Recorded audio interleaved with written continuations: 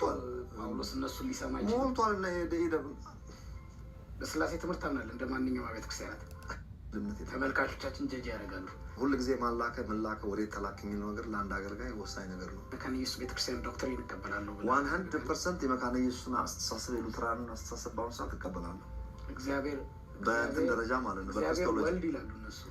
አይ እሱን አላምንም እኔ እግዚአብሔር ወልድ 100% ላይ እሱን ሳይ የክርስቶሎጂ ካንሰፕታቸው ይሄ ኃይሉ ዮሐንስ ማለት ብቻ ነው ይቀር ኃይሉ ዮሐንስ ብቻ ነው እሱን ትምህርት ነው። እስቲ ማንን ሰምተህ ታውቃለህ? እኔና አብ አንድ ነን ብሎ የሚያስተምር ኢትዮጵያ ውስጥ ሰምቻለሁ። ፈረንጅ አለ ሞልቷል። ጳውሎስ እነሱን ሊሰማ ይችላል ሞልቷል እና ሄደ በስላሴ ትምህርት አምናለሁ እንደማንኛውም አብያተ ክርስቲያናት።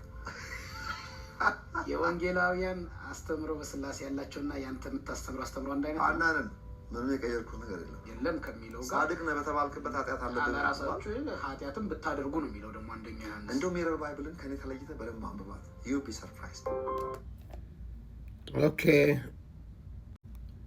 ይቅርታ ትናንትና እንደዚህ ሳዘጋጅ ሪከርድ አድርጌዋለሁ ብዬ ነበር የስንን ማለት ነው። ለካ መሀል ላይ ከት አድርጓል እና ትናንት በዚህ ጉዳይ ላይ እንትን ብያለሁ እና ይሄ ኃይሉ ዮሐንስ እንደምታውቁት በኢንተርኔት ላይ ብዙ እንትን ያለው በፓልቶክ ጀምሮ ማለት ነው። ትናንት ቲክቶክ ነው ያልኩት። በፓልቶክ ድሮ ገና ቲክቶክ ሳይኖር ሌሎች ሳይኖር ዩቲዩብ ኔት እንደዛ በነበረበት ጊዜ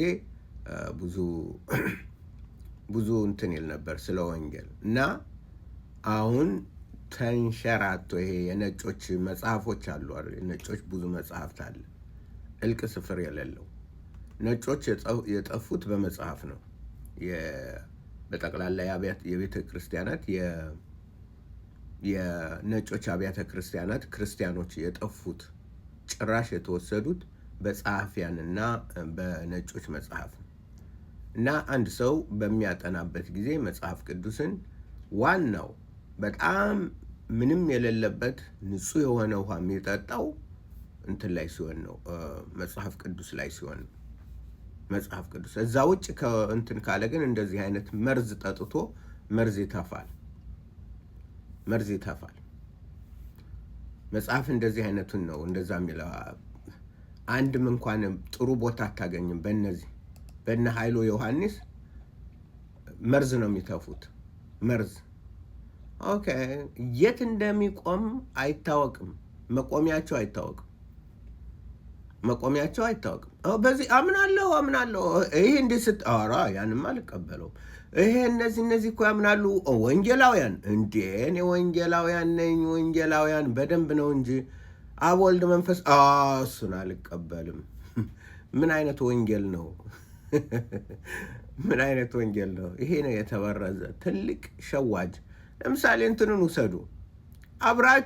አብረው ሊዘምሩ አብረው እንትን ኦንሊ ዋነስ ኦጂ እነሱ አሁን በምን ትለዩዋቸዋላችሁ? በቃ ልክ በጉን መስለው ከበጎች ጋር አብረው ተቀላቅለው ግን መርዝ አላቸው እና በጣም አደገኛ የሆነበት ዘመን ነው አሁን። ስለዚህ እንደዚህ አይነት እንደነ ኃይሉ ዮሐንስ አይነት ቀባጣሪዎችና እንደዚህ አይነት ዝም ብሎ ከፈረንጅ መጽሐፍ እየለቃቀመ መጽሐፍ ቅዱስን እንደ ራሱ ሐሳብ እንደ ቅዠት መጽሐፍ አድርጎ የሚያየውን እንደዚህ አይነቱ ልትቆጠቡ። ምክንያቱም እግዚአብሔር ፈራጅ ነው። ሊመጣ ያለው ይመጣል፣ አይዘገይም ነው የሚለው። ታገሰው። ማንም ግን ቢያፈገፍግ ነፍሴ በሱ ደስ አይላትም ይላል የሰራዊት ጌታ እግዚአብሔር። ስለዚህ በምንም ልናፈገፍግ አይገባንም። በሕያው ቃሉ ቁመን በእግዚአብሔር ተስፋ ቃል ላይ ቁመን ዘወትር እየጸለይን ዘወትር እየተማርን ዘወትር ከእንደዚህ ከሚያደርቁ ከእንደዚህ አይነቶች ራቁ። ቲክቶክ ተውት፣ ሚቅርባችሁ። ምን ያደርጋል? ተውት። ስም ሲጨቃጨቁ ጠቃሚ ትምህርት የሚሰጥ ካለ ገብታችሁ ተማሩ። እንደዚህ አይነት ዝም ብሎ መርዝ የሚተፋ እናንት የሚል ከመጽሐፍ ቅዱስ እንትን አስተምሮት ወጣ በአንድም ቃል ወጣ ካለ ወደ እንትን ጣሉት፣ አትከተሉት።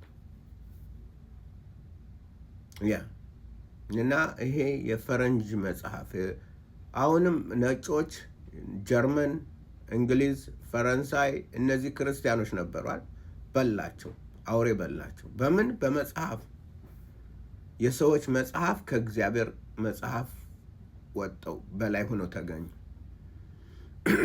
ከእግዚአብሔር ቃል በላይ ሆነው ተገኙ። ሰዎች በላይ ሲሆኑ ወደ ታች ይወድቃሉ።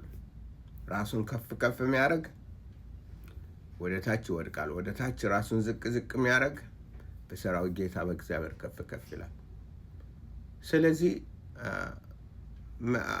በጣም ማዝነው ግን ምንድን ነው አብያተ ክርስቲያናት አይናገሩም። ከእንደዚህ አይነት ተቆጠቡ።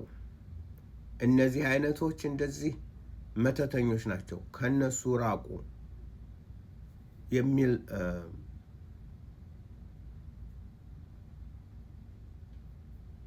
የለም። ይህ ነው ትልቁ ችግር። ስለዚህ እኛ ግን እንደ ቃሉ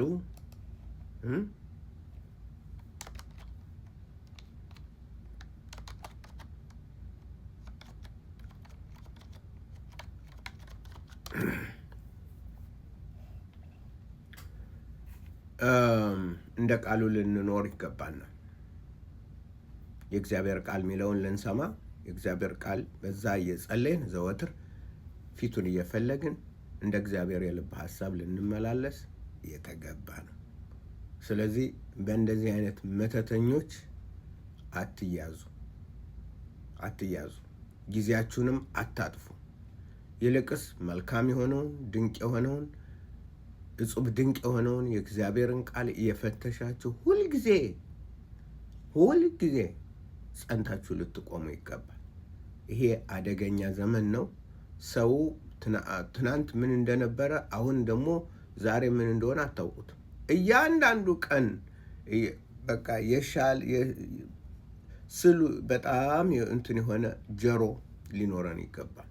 ምን ስንሰማው ነው ብለን ጆሮዎቻችን በደንብ ተዘጋጅተው ስለው የተሳለ ሆኖ እንትን መገኘት አለበት። በደንብ ጆሮዎቻችን ለመስማትና ይህንን ለመለየት አእምሯችን በቃሉ ታንጾ ለመለየት የሚመጣውን ቃል ሁሉ ለመለየት ለመረዳት እንደ ቃሉ ነው አይደለም ብሎ ይህንን ለመለየት ሁልጊዜ የተዘጋጀንን ነው። እግዚአብሔር ይባርካችሁ። ደህና ሆኑልኝ። በሌላ ፕሮግራም እስክንገናኝ ጌታ ከእናንተ ጋር ይሁን።